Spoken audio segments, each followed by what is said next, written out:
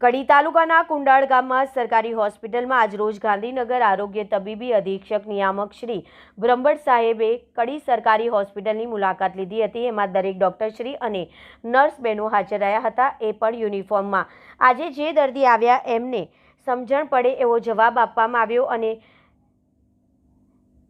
Treatment સારી કરવામાં આવી। દર્દીઓ અને એમના સાથે સગા આવ્યા હોય એ દરેકના મુખે આજે જે સાહેબ હાજર હતા અને જેમણે જે ટ્રીટમેન્ટ કરી એ કાયમ થાય એવી આશા રાખીએ છીએ અને દર્દીને જનરલ રૂમમાં દાખલ કરવામાં આવે, એનો થોડો સુધારો વધારો કરવામાં આવે તો સારું એવી લોક માંગણી છે।